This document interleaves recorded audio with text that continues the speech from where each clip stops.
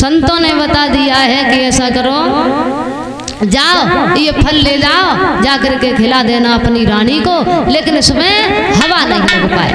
अब तो भैया इधर चले हैं फल लेकर के, तो रास्ते में क्या हुआ है, भगवान की माया ऐसी हुई कि बहुत विलक्षण आंधी आने लगी।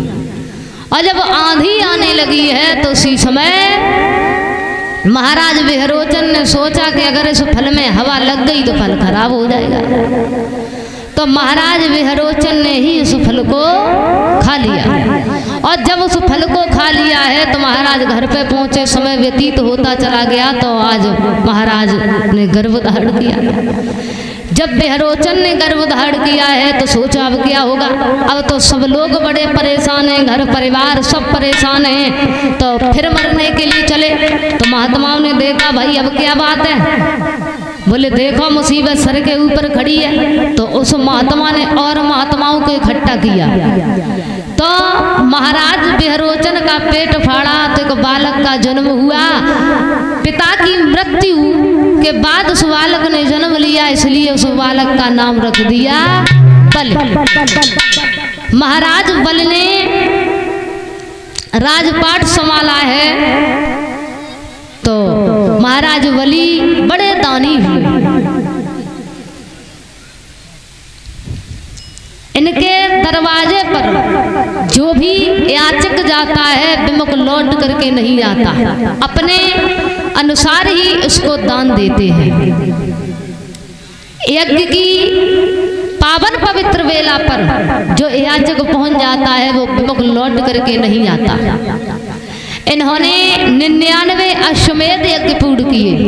पहले जो राजा महाराजा होते थे अगर 100 अश्वमेध यज्ञ पूर्ण कर लिया करते थे तो इंद्रासन उन्हें प्राप्त हो जाता था, यानी कि स्वर्ग के अधिकारी बन जाते थे। तो उसी तरीका से इन्होंने 99 अश्वमेध यज्ञ पूर्ण कर लिए। 100वां यज्ञ चल रहा था, गुरु शुक्राचार्य के द्वारा इनके सब यज्ञ पूर्ण हुए थे।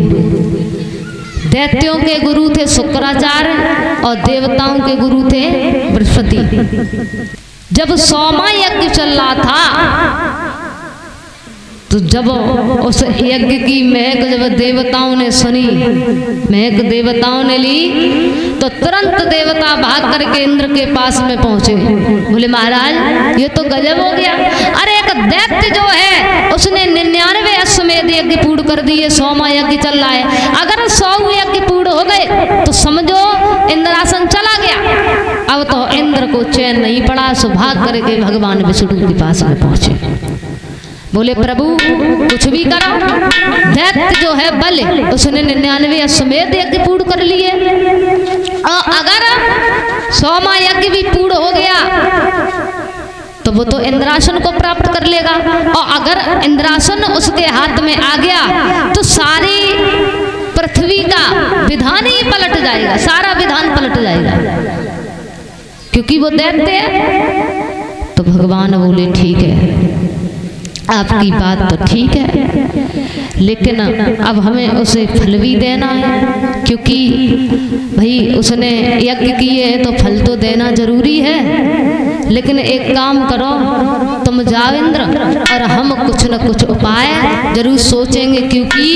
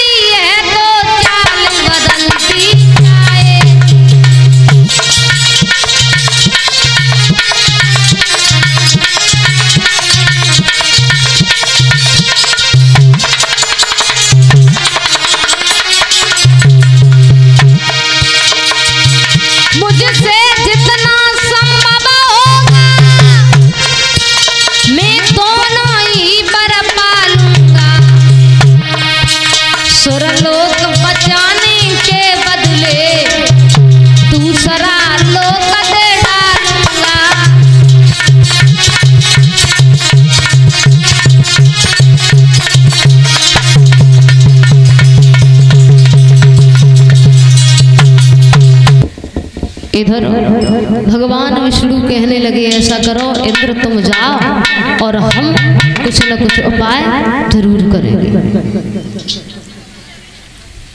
इंद्र जो था वो तो तिब्बत के लिए चला जाता है। अब भगवान सोच रहे हैं कि ये तो दैत्य है, अब हम क्या करें जिससे हम इंद्रासन को बचा सकें। इस चिंता ने जीव ही नहीं बल्कि भगवान को भी चिंतित कर दिया, भगवान को भी परेशान कर दिया। भगवान विष्णु बड़े परेशान हैं, क्या किया जाए क्या न किया जाए जिससे इंद्रासन बच सके। आज उसी समय भगवान ने सोचा है कि बलि जो है संतों से बड़ा प्रेम करते हैं, इनका संतों से बड़ा भारी प्रेम है, तो हम संत ही बन करके बलि के दरवाजे पर चलते तभी कुछ हो सकता है। तो आज भगवान जो है बावन का रूप धारण किया है, पीले वस्त्र धारण किए हैं, हाथ में कमंडल लिया है, संत बने हैं। ऐसा ही नहीं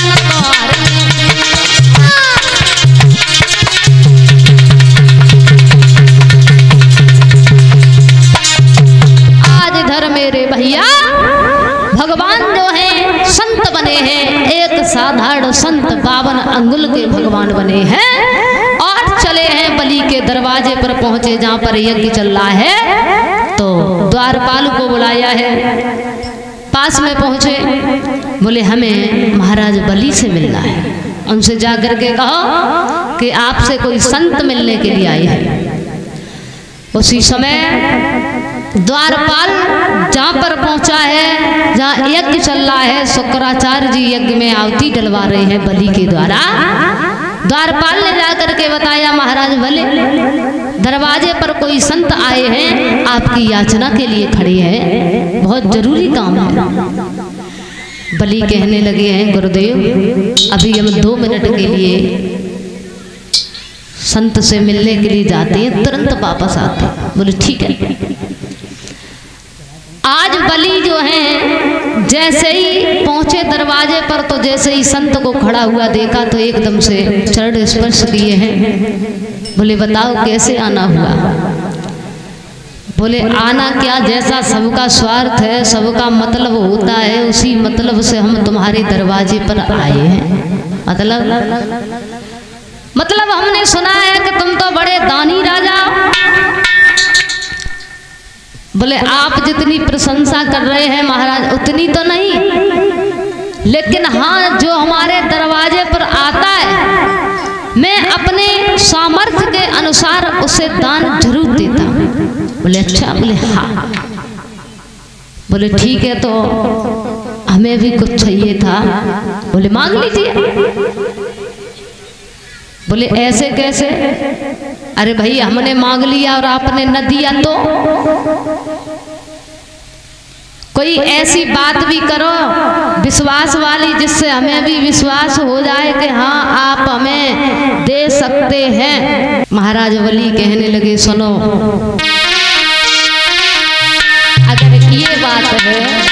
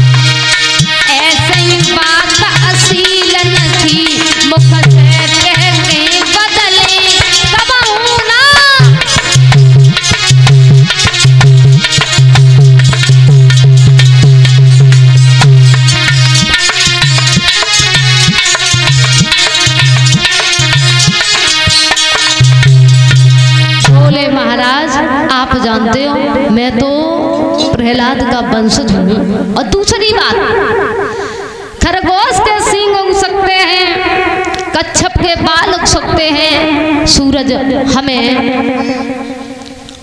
ठंडक दे सकता है, चांद जो है वो अग्नि दे सकता है, लेकिन महाराज मैं अपने वचन से विमुख नहीं हो सकता।